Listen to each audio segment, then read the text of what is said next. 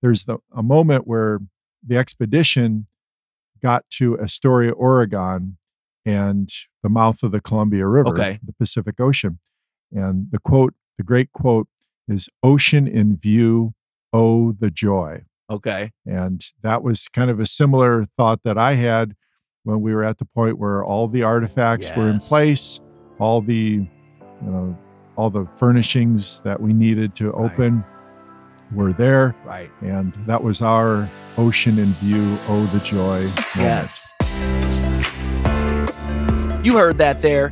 After years of planning, fundraising, renovations, and even a little global pandemic, when the doors opened on the Mishawaka Historical Museum, President and Curator Pete DeKever instantly thought of Lewis and Clark's quote when they first saw the Pacific Ocean.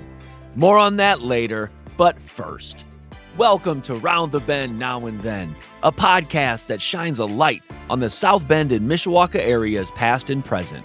Through interviews with local business owners, leaders, and community members, our listeners and I learn together about all of the great people and great things going on in our community, as we also learn about South Bend and Mishawaka's history and how intertwined our past is with our present. In this episode, I meet with Pete DeKever, the president and curator of the brand new Mishawaka Historical Museum. A few years ago, I'd read an article or two about the plans to open up a museum in Mishawaka, and I obviously thought, how cool is that? And you know, anything that celebrates our area's local history, I'm all in. Then a few months ago, I read that the museum had opened in March. So I reached out and communicated with Pete and set up an interview to shine a light on the Mishawaka Historical Museum. But first, I wanted to check out the museum, so Pete gave me a tour. The museum is located right in downtown Mishawaka at 121 South Main Street, so it's literally right near Main and Lincoln Way. You walk in, it's bright, it's clean, it's organized, and it definitely does not have that cluttery, dusty old attic feeling. And most importantly, it is all exclusively local Mishawaka history and artifacts. If you're from the area, and especially if you're from Mishawaka, you'll love the Mishawaka Museum. After listening to this episode, you'll definitely have an appreciation for all of the hard work and energy that went into planning, fundraising, constructing, designing, and finally opening the museum. And most importantly, after hearing this episode, I hope that you'll visit there and also spread the good word about the Mishawaka Historical Museum. Before we get into how wonderful the Mishawaka Historical Museum is, we discuss a few different topics concerning local history.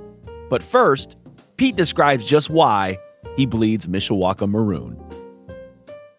Pete, tell us about yourself. What inspired you to get into local history? Where are you from, your background, everything? Sure. I'm a lifelong Mishawakan. I was born in Mishawaka and have lived there, other than 4 years at Indiana University, lived there my entire life. And I was raised really to love Mishawaka. Mm-hmm. I always tell people my dad brainwashed me from a young age. Mishawaka is, this wonderful place that has rich history, and that we need to trumpet our city and to celebrate its history. Yep. And so that was the background that I came from. And professionally, I taught high school for 32 years. Wow. And I left that position last June so that we could get the museum open. I also am the historian laureate for the city of Mishawaka. The official city historian is how neat. Proclaimed by Mayor Wood. And so I've had that position since 2019. But for many years before that, I have been a historian focused on Mishawaka, even long before we started doing the Mishawaka Historical Museum. Right. I write articles or publish books where the subject is the history of Mishawaka. So I've had many, many wonderful experiences writing about the history of Mishawaka, speaking, sharing it with our citizens. And so the museum is a natural extension of my work as a Mishawaka historian. After meeting with Pete, what he just said there about the Mishawaka Historical Museum being a natural extension of his work as a Mishawaka historian is spot on. And I encourage you all to go check out any of his books, his writings, etc. Now, please know, I just met Pete, and I only met with him the 2 times, once at the museum and once in the studio. And just from those 2 meetings, I am not sure that I've hung out with an individual with more collective knowledge about their city than Pete DeKever. The city of Mishawaka should be very, very thankful to Pete and his life's work. As a passionate local history nerd myself, I'm always looking for ways to preserve our past, and so I asked Pete that next. Why is it important to do so? Obviously, history is your passion. Local history is your passion. Why is it important that our local history is preserved and shared with others? Sure. I'd say there are several reasons. I think, we want to be able to have reason to be proud of our city, to love our city. And there are many reasons here in the present day to love Mishawaka, to be proud of the fact that we live there. But, there's so much history that we can be proud of, that we can celebrate. So it's one more area for us to have reason to love our city and to be proud of the city. Right. I think it also gives us perspective on the changes in the community. Right. I often think about the fact that, we have so much pressure for change in our modern society and American society in general, to tear down old buildings, for example, to remake locations. And I know in Europe it's different, where there's a tendency to save historic buildings, to find adaptive reuse for them. But in Indiana, in Mishawaka, in the United States, that pressure goes in the other direction. And I think by knowing our history, it gives us reason to save these remnants and reminders of our history. Not everything has to be torn down, thrown away. Amen. And forgotten. Yeah. And I think the more we know our history, the more we are inclined to think, well, what can we do to save elements of our history, or to celebrate it, to create a monument, to save a historic building, to redo a park in a way that is preserving its historical character, whatever the case may be. Right. And also, I think just it saddens me to think about some of these people that are mentioned in the museum or in my research being forgotten. Good point. It's like they've died a second time if they are forgotten. Yeah. And so when I get the opportunity to restore somebody back into the collective life and memory of our community, that's a sacred calling. And I really, really appreciate that opportunity. I can do it through an article. I can do it through a book. But we can also do it in the Mishawaka Historical Museum. He is definitely right there that our local history gives us a reason to celebrate, and it also gives us perspective. And I agree that not everything needs to be tore down and built new. Come on, folks. But I had never thought of it in such a poetic way as Pete did there, with him articulating the importance of preserving people's legacies and restoring their memories as being a sacred calling. That's powerful.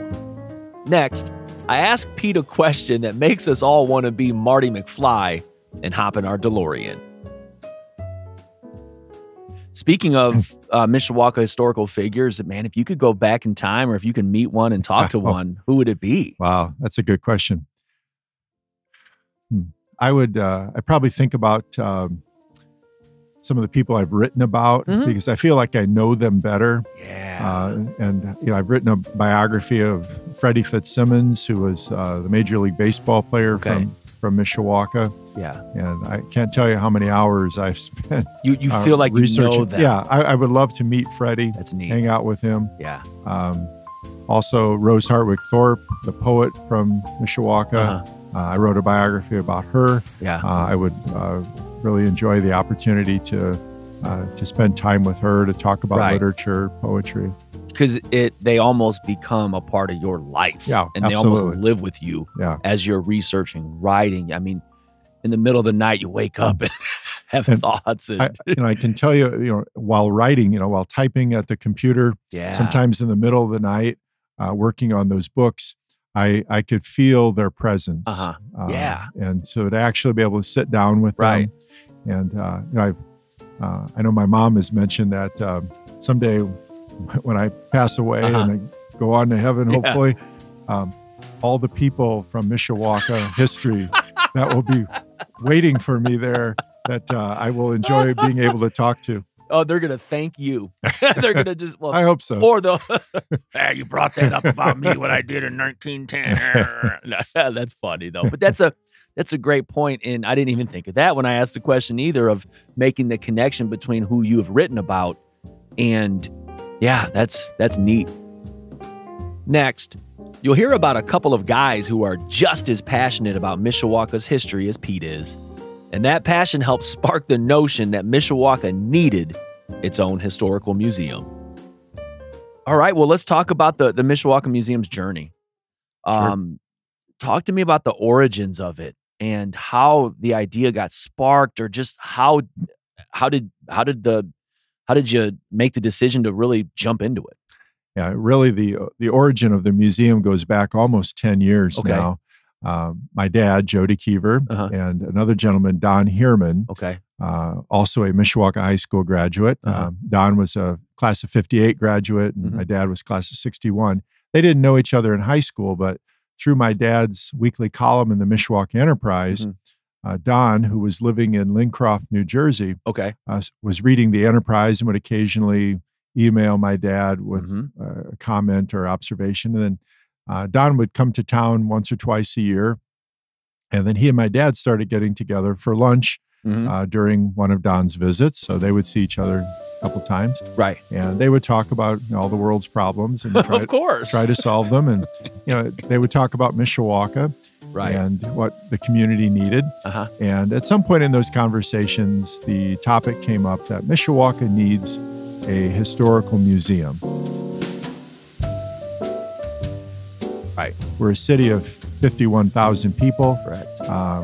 We don't have a community historical museum. We had the Hannah Lindell Children's Museum that closed, though, in 2018. We had already started the planning for our museum while Hannah Lindell was still in operation. But the focus of that museum was never specifically and entirely about Mishawaka. They're a children's museum, and there's all kinds of other things that they would include. But for a long time, that was our only way of celebrating and preserving Mishawaka history.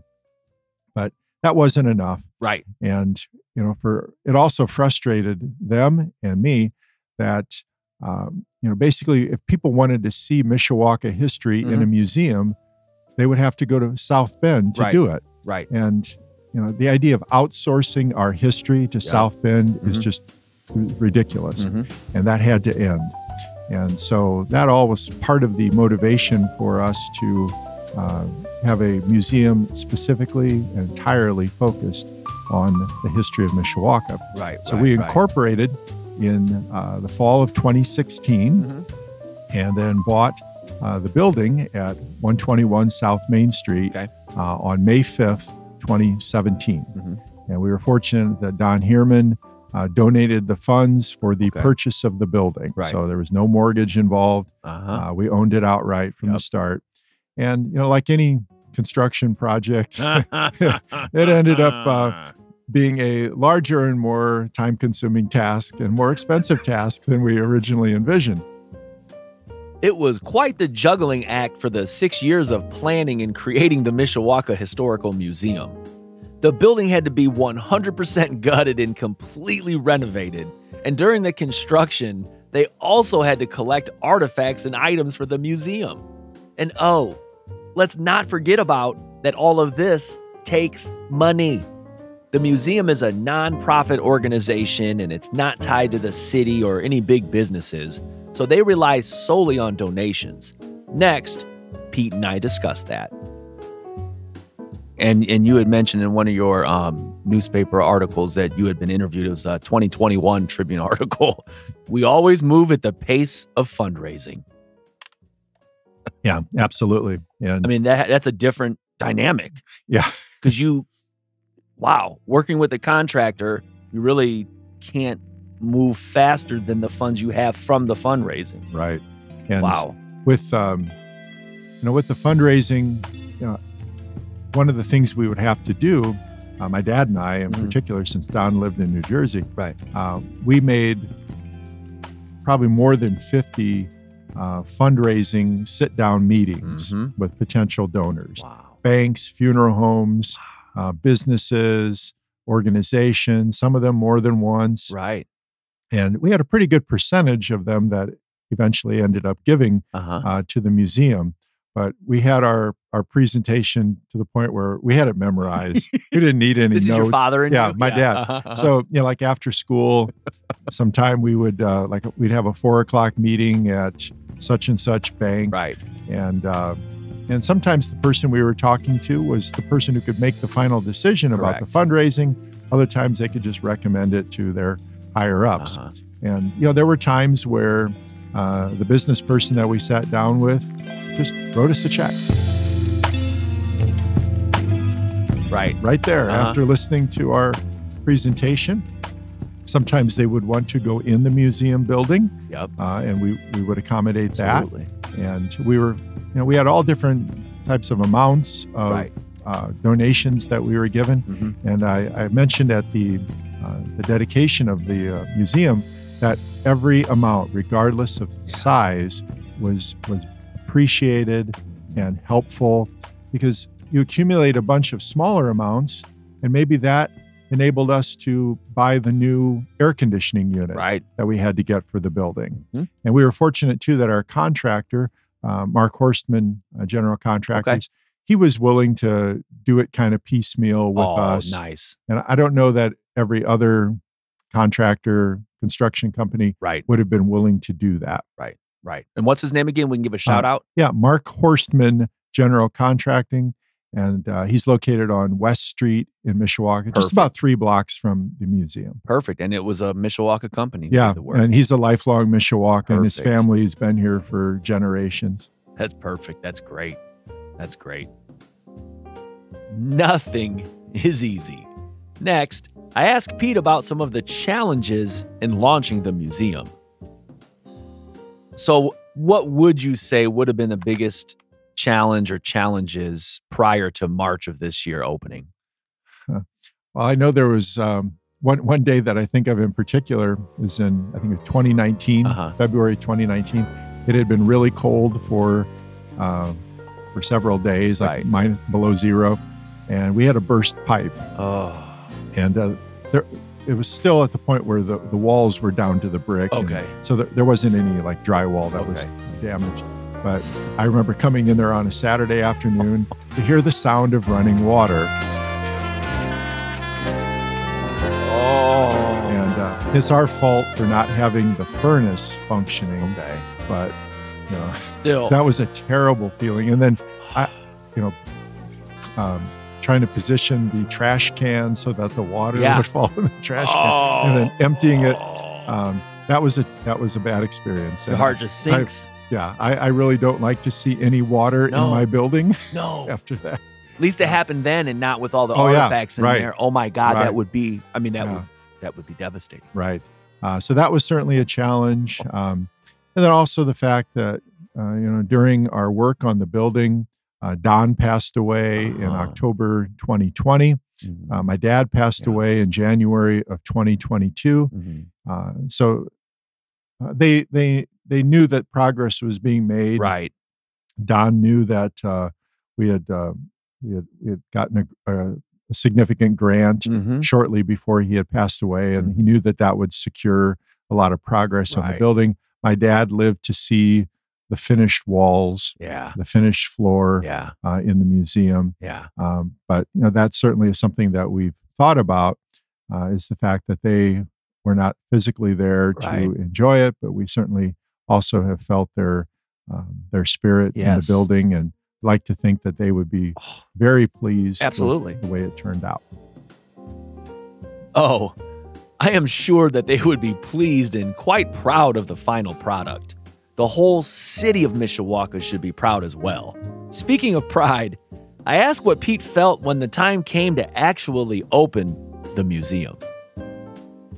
And I'm sure in March of this last month, when you opened, after all the years of planning, after all the fundraising, after all the ups and downs, after, losing your father, losing the gentleman who helped, what types of feelings were going through your head when you could finally say that this museum is opened? Yeah, it was a great feeling. Wow.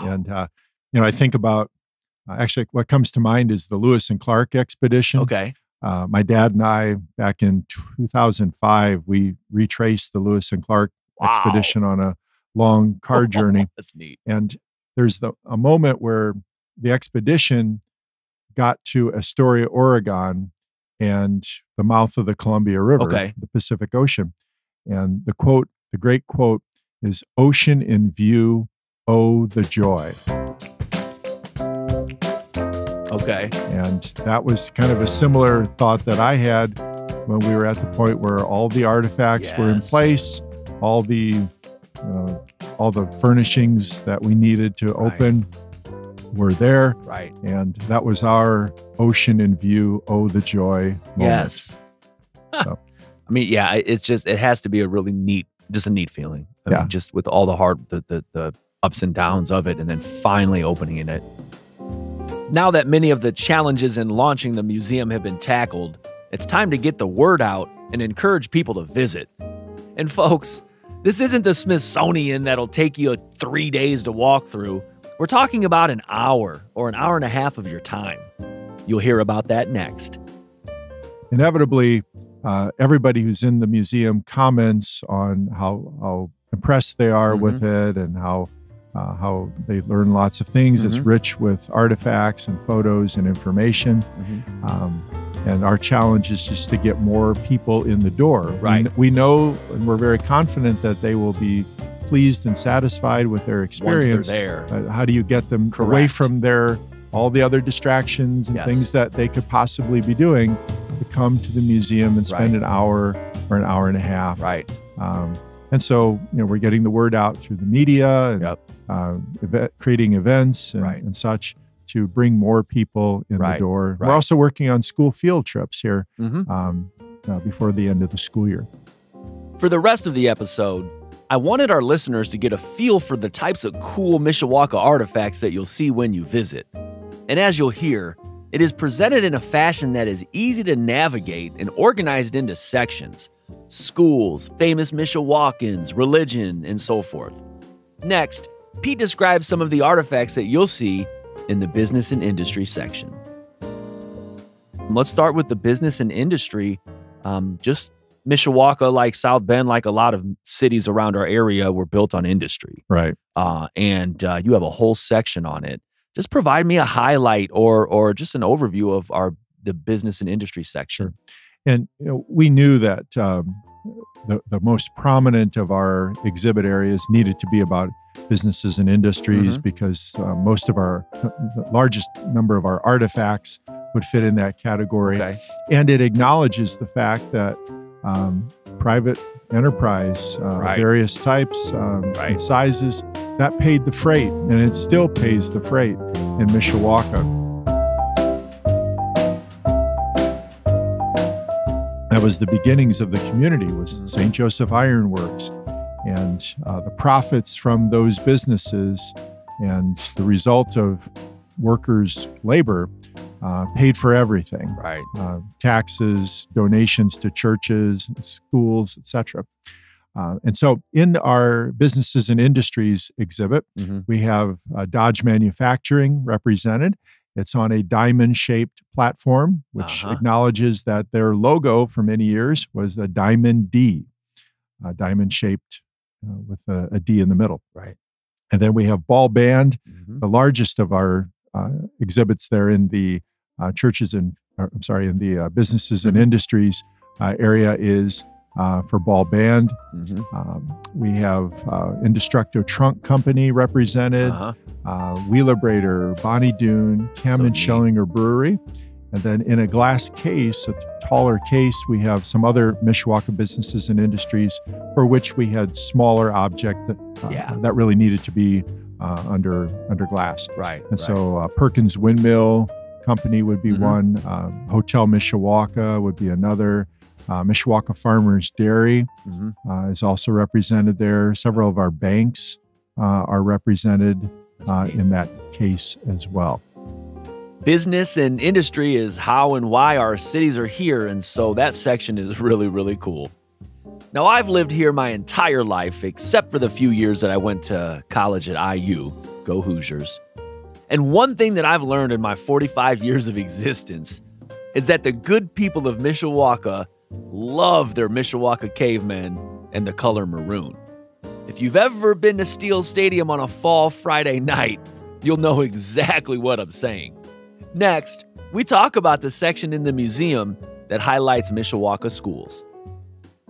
Now, I know, living in South Bend over here my whole life, and going to Adams High School here, that Mishawaka has a lot of school spirit. Oh, yeah. That maroon is all over the place. The caveman pride.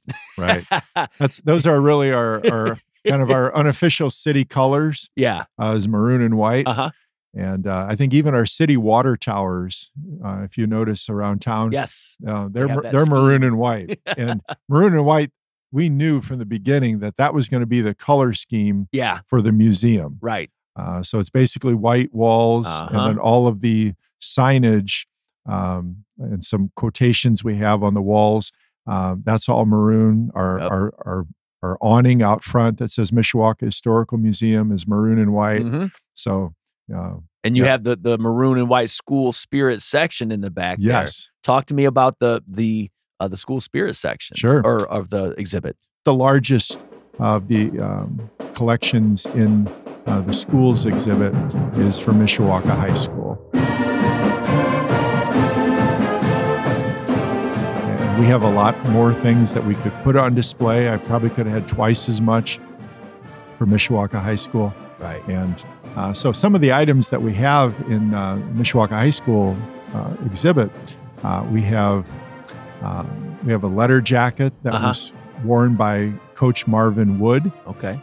He was the basketball coach at Mishawaka High School in the 1970s and part of the 60s. And he was the coach that is depicted in the movie Hoosiers. Yes, he was the inspiration. Okay. Because his great claim to fame as a coach is having coached Milan to the 1954 state championship.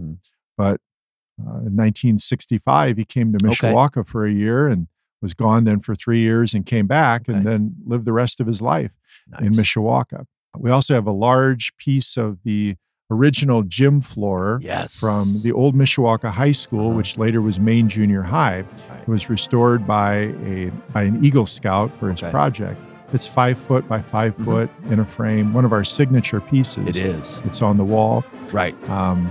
We have diplomas from Mishawaka High School, a Maroons blanket that was used on the bench during basketball games at Mishawaka High School. The players would have sat on it during the 1960s when Bob Smith was the coach, and all sorts of other Mishawaka High School memorabilia. But it's cool. I think anybody who went to Mishawaka schools, I think anybody who continues to cheer on the varied athletic events, I think that they'll love it. I do. It's neat. We hope so.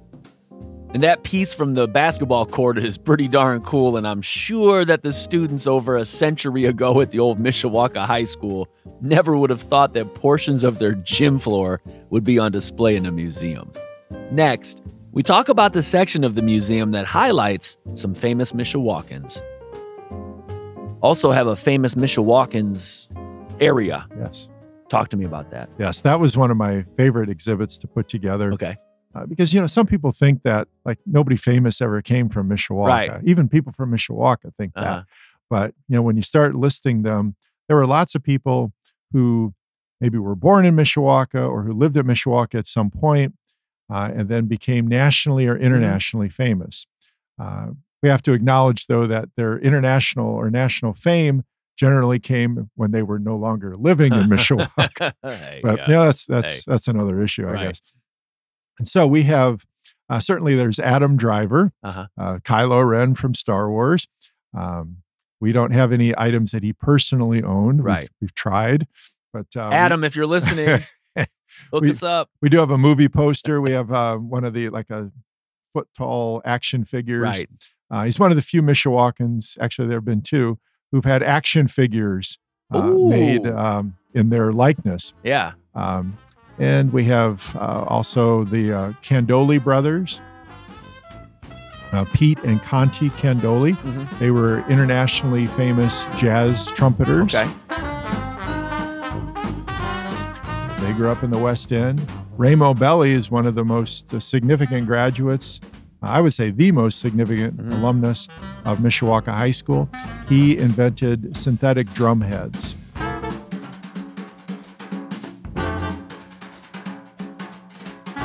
And it transformed the world of music, popular music. He was a class of 1945 graduate. He created the world's largest drum manufacturer.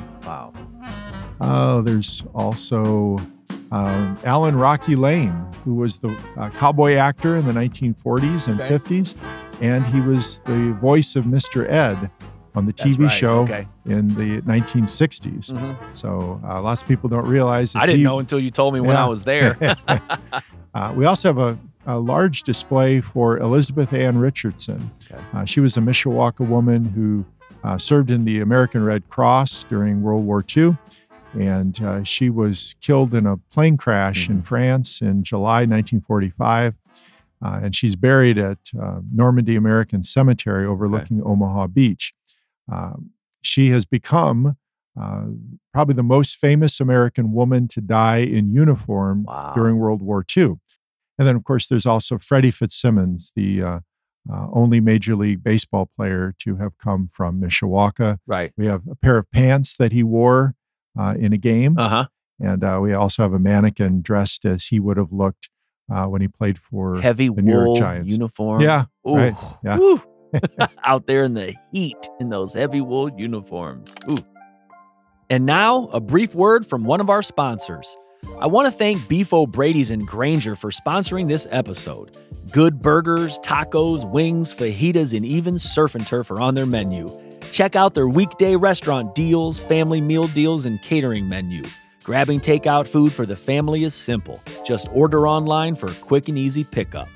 They have a full-service bar and a party room that you can reserve for your family, friends, or business.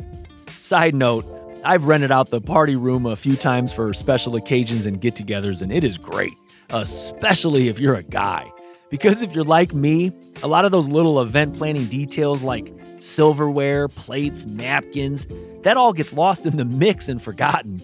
But with Beef O Brady's party room, you just call them up, reserve the room, tell them how many people and what you would like to eat and drink, and that's it. They do the rest. You just mingle and have a great time. Anyways, Beef O Brady's is locally owned, and in my experience, the staff there is outstanding. And the owner, Mark, is just a really, really good dude. Make Beef O Brady's your favorite sports bar restaurant every game day. You can find them at 12479 State Road 23 in Granger. The phone number is 574-271-1415, and their website link is in the show notes. And now, back to the episode. Next, we talk about a really neat train set that is on display in the museum. And it has meaning in that it is Don Heerman's train set, who was one of the founders of the Mishawaka Historical Museum. In the rear gallery, in the Heerman Gallery, we have a working model train set.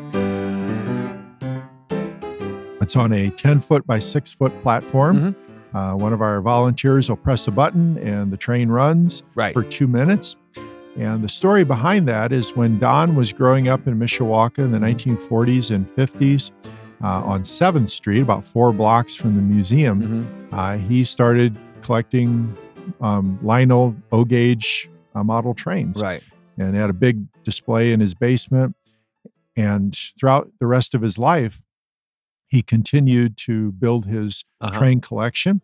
And part of Don's motivation for creating the museum was having a place for his train set to live on after he had passed away. Okay. And so after Don passed away in early 2022, his train set was boxed up, shipped by the estate to Mishawaka. Right. We had a couple local model train experts recreate a portion of that train set, and it's our most popular exhibit. Is it? When people get to see the train set run. See it, hear it, and you turn the lights off, you can see the lights in there and everything. That's cool. Right. Mishawaka has some military heritage as well, and that is on display at the museum. And I bet you didn't know that supersonic surface-to-air missiles were made in Mishawaka during the Cold War. Also in that rear gallery, we have a military heritage exhibit. There's a wonderful large photograph, like 4 feet by 5 feet, of Mishawaka soldiers headed off to World War I. And you can look in the eyes of those men across. I mean, there's like 3 or 4 feet separating you from those men, but there's 100 years of history that you can look right into their eyes. Too. You pointed that out to me when we were there, and you truly can, really clearly. We also remember Captain Richard Brenneman. He was a POW in Vietnam. He's still alive, but everybody in Mishawaka should know who Richard Brenneman is. Okay. And so we have photographs representing him. We have a display on the Talos missile, the most remarkable industrial product ever made in Mishawaka. It was a supersonic surface-to-air missile made by the Bendix Corporation on South Beaver Street, used on Navy cruisers during the Vietnam War. Again, people need to know we made those things here. Yes. It was designed here, built here, and helped to defend our country. I think there's a picture of a parade or something like that. Yes. Is that right? Like they were parading one of the finished missiles down the street? It made its debut at the Memorial Day Parade in 1958. Okay. Prior to that, I mean, it was kept kind of secret. Right. You know, people were not allowed to go in, just tour the Bendix plant and see what they were working on there. And so it was put on a flatbed truck and was part of the parade. And after that, it becomes a little more public as to just what this thing is that we've been manufacturing.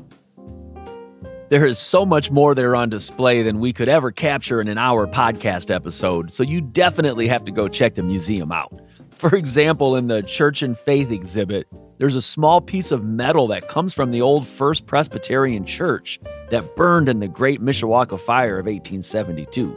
It's the only remnant left from that great fire. And what's neat is that museum sits very close to the site of where the fire occurred and where the church burned.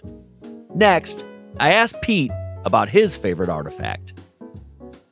What would you say your favorite artifact or piece or exhibit in the museum is? Well, that's a good question. Probably the Mishawaka High School exhibit.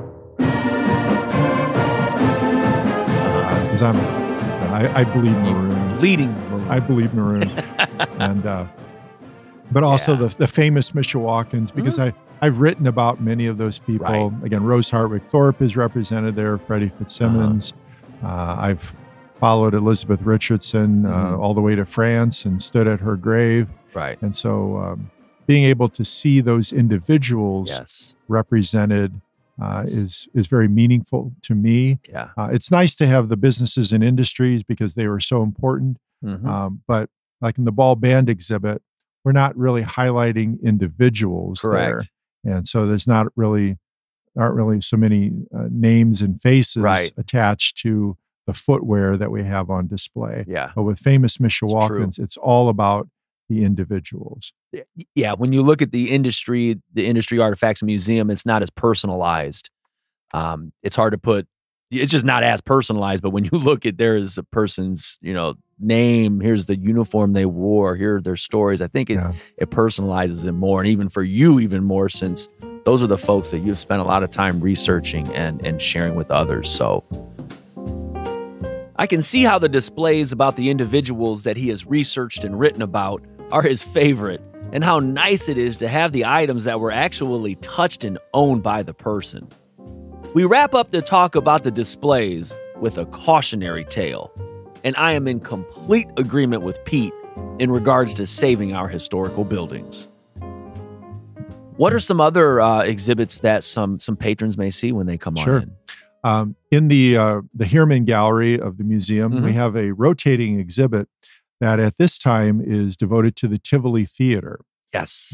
And people are always very interested to see that, absolutely, that exhibit, because either they have memories of that building or they have no memories of it. They've come here since it was demolished. And they're amazed that such a building once stood in Mishawaka. Right. So we have a couple large photographs. We also have pieces of the building. We have a drum set that was used in the building. And we really want to use it to emphasize that if we don't take care of our historic buildings, thank you, if they fall, if they are taken down, they are gone forever.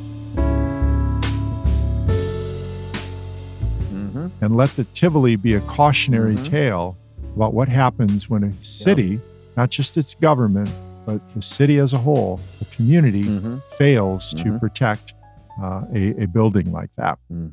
So we have the Tivoli Theater exhibit. And what's standing where the Tivoli was at now? It's a CVS. And you could put that on any corner, anywhere. Right. So that is a cautionary example. Yes, absolutely.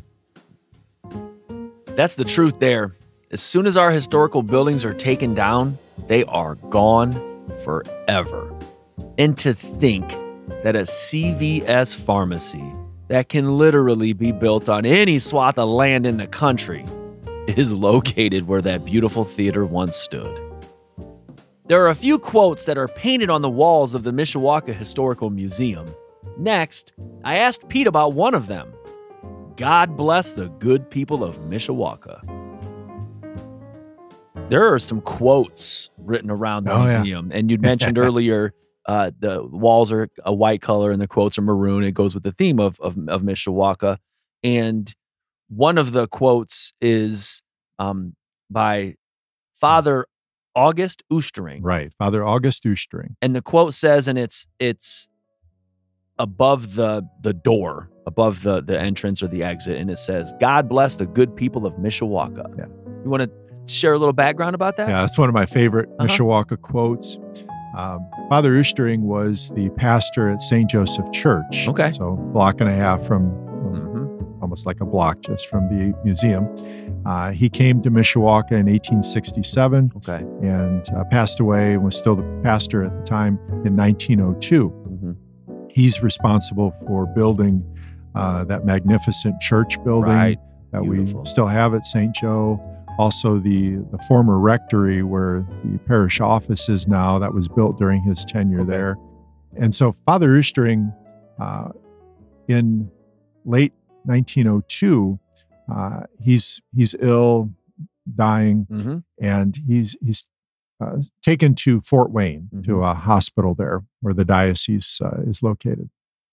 And one of his parishioners, a man named Vincent Bruner, Vincent Bruner was a historian. He ran a grocery store, but on the side he was a historian. So he's like my. Aren't we all on the side? He's my predecessor. There you go. He was the town historian, but a parishioner at St. Joseph's. And so Vincent goes down to Fort Wayne to basically say his goodbyes to Father Oostering, and they visit for a while. A few hours later, Father Oostering passes away. But as Vincent was getting ready to leave, Father Oostering, one of the last things he said to him was, may God bless the good people of Mishawaka. And so that's a deathbed blessing from this holy man. And I like to think, in part, that Mishawaka has been blessed over the past 120 years. All the growth and prosperity that we've seen in Mishawaka, it's such a good place to live. Could some of that be the result of the deathbed blessing of this holy man? But also, in a more immediate sense, each person who goes in and out of the museum receives a blessing from Father Oostering. Raise your hand if you've ever purchased a Big Mac, a Whopper, a mocha latte from Starbucks. If you've purchased those things, then you have an idea of about how much it costs to go to the Mishawaka Museum. Next, we talk about that and how you pretty much don't have any excuse to not visit. What are the hours? How much are tickets? Sure, yes. Talk to me. We are open Tuesdays, Fridays, and Saturdays from 10 a.m. to 4 p.m. So same hours for each of those days of the week.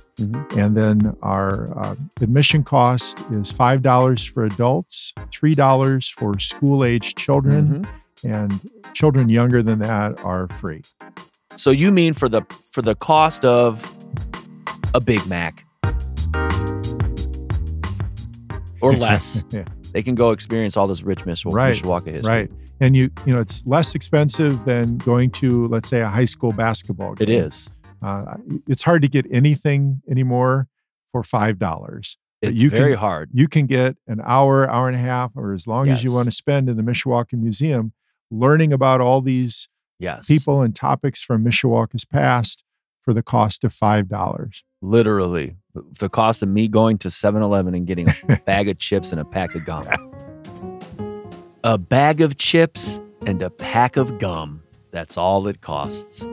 Next, we wrap up the episode by sharing a few more reasons why you should visit the Mishawaka Historical Museum. It's not like you're walking into a giant space that'll take you 8 hours to go through a giant museum. I mean, it is all right there. An hour, hour and a half. I mean, just rich history. And I highly encourage anybody to head there. It's just neat. And like I said, it's clean, it's organized, and it's right downtown Mishawaka. Right. It's a great location. Right in the heart of where so much of that history has occurred. Very visible location. Absolutely. And parking is not a problem. No. There are parking spaces on Main Street right in front of the museum. There's parking right around the corner on 3rd. And there is also a municipal lot just half a block away to the west. Right. So right. We're easy to get to. Very easy to get to, very inexpensive. It's for all the reasons that we've just met with. I definitely recommend folks coming. Also, listeners, I'll have their website link in the show notes. And if you listen to or follow us on social media, you'll see some of their pictures of the museum that I took when I was in there. And you can also find the links on my social media as well. So we really want to spread the good word. Thank you, Matt. So, all right. Well, hey, thank you. You're welcome. Thanks for having me. Absolutely. Thank you. Thank you for listening to another episode of Round the Bend Now and Then. Thank you to Pete DeKever for coming on and sharing all about the Mishawaka Historical Museum. I hope that our listeners now have all the reasons in the world to visit and check out all of the cool local Mishawaka history that it provides. On behalf of our area, I thank Pete and everyone else who put blood, sweat, and tears into making the museum a reality. We'll wrap it up here, but I do have a few favors to ask. If you like the show, please just share it with others that you think would appreciate it too. Just copy and paste the link and you can simply text it to somebody. Also, download or subscribe to the show on whatever podcast platform you listen to it on. Be sure to follow or like us on Twitter @RoundTheBendPod or on Facebook, Round the Bend Now and Then, or the original Twitter account that kind of sparked all of this @RoundTheBend574. Lastly, provide me with feedback. If you like anything, let me know. If you don't, let me know. Email me, roundthebend574@gmail.com, or you can message me on Twitter or Facebook. Thank you again for joining me as we learn more about South Bend and Mishawaka's Now and Then.